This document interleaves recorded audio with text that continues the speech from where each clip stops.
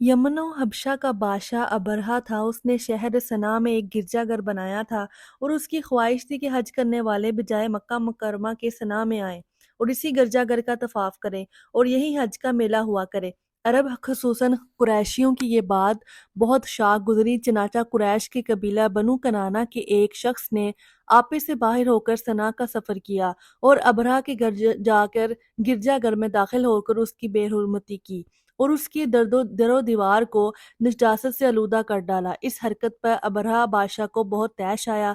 इसने काबा मुअज़्ज़मा को ढा देने की कसम खा ली और इस इरादा से अपना लश्कर लेकर रवाना हो गया। इस लश्कर में बहुत से हाथी थे और इसका पेशेरो एक बहुत बड़ा कोहे पेकर हाथी था जिसका नाम महमूद था। अबरहा ने अपनी फौज लेकर मक्का मुकरमा पर चढ़ाई कर दी और अहले मक्का के सब जानवरों को अपने कब्जे में ले लिया, जिसमें अब्दुल मुत्तलिब के ऊँट भी थे। यही अब्दुल मुत्तलिब जो हमारे हजूर खातमुन नबीयीन सल्लल्लाहु अलैहि वसल्लम के दादा हैं, खाना काबा के मतवली और अहले मक्का के सरदार थे। ये बहुत ही रौबदार और नहायत ही जसीम व बाशिकवा आदमी थे। ये अबरहा के पास आए और अबरहा ने इनकी बहुत ताज़ीम की और आने का मकसद पूछा तो आपने फरमाया कि तुम मेरे ऊँटों को मुझे वापस दे दो। ये सुनकर अबरहा ने कहा कि मुझे बड़ा तअज्जुब हो रहा है कि मैं तो तुम्हारे काबा को ढाने के लिए फौज लेकर आया हूँ जो तुम्हारा और तुम्हारे बाप दादा का एक बहुत मुकद्दस और मोहतरम मुकाम है।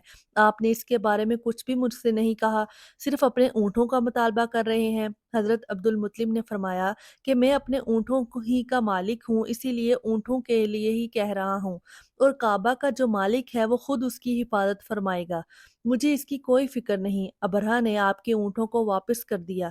फिर आपने कुरैश से फरमाया कि तुम लोग पहाड़ों की घाटियों और चोटियों पर पनाह गुज़ेर हो जाओ। चनाचा कुरैश ने आपके मशवरे पर अमल किया। इसके बाद हज़रत अब्दुल मुत्तलिब ने काबे का दरवाज़ा पकड़कर बारगाह इलाही में काबा की हिफाजत के लिए खूब रो रो कर दुआ मांगी और दुआ से फारिग होकर आप भी अपनी कौम के साथ पहाड़ की चोटी पर चढ़ गए। अबरहा ने सुबह तड़के अपने लश्करों को लेकर काबा मुकद्दसा पर दहावा बोल देने का हुक्म दे दिया और हाथियों को चलने के लिए उठाया, लेकिन हाथियों का पेशेरो महमूद जो सबसे बड़ा था वो काबा की तरफ ना चला। जिस तरफ इसको चलाते थे चलता था, मगर काबा मुकरमा की तरफ जब इसको चलाते थे तो वो बैठ जाता था। इतने में अल्लाह ताला ने समुंदर की जानिब से परिंदों का लश्कर भेज दिया और हर परिंदे के पास 3 कंकरियां थीं, 2 पंजों में और 1 चोंच में। अबाबीलों की इस लश्कर ने अबरहा की फौजों पर इस दौर से जंगबारी की कि अबरहा की फौज बदहवास होकर भागने लगी, मगर कंकरियां को गो छोटी छोटी थी, लेकिन वो कहरे इलाही के पत्थर थे कि परिंदे जब इन कंकरियों को गिराते तो वो संगरेज़े फील सवारों के खुद को तोड़कर सर से निकलकर जिस्म को चीर कर हाथी के बदन के छीदे हुए जमीन पर गिरते थे। हर कंकरी में इस शख्स की नाम लिखा था जो इस कंकरी से हलाक किया गया। इस तरफ अबरहा का पूरा लश्कर हलाको बर्बाद हो गया और काबा मुअज़्ज़मा महफूज रह गया। ये वाकया जिस साल वकूअ पज़ीर हुआ उस साल को अहले अरब आमुल फील यानी हाथी वाला साल कहने लगे और इस वाकये से 50 दौर के बाद हुजूर सैयदना आलम सल्लल्लाहु अलैहि वसल्लम की विलादत हुई। अल्लाह ताला ने कुरान मजीद में बयान फरमाते हैं कि एक सूरत नाजिल फरमाई जिसका नाम सूरत फील है। ए महबूब, क्या तुमने ना देखा तुम्हारे रब ने इन हाथी वालों को क्या हाल किया?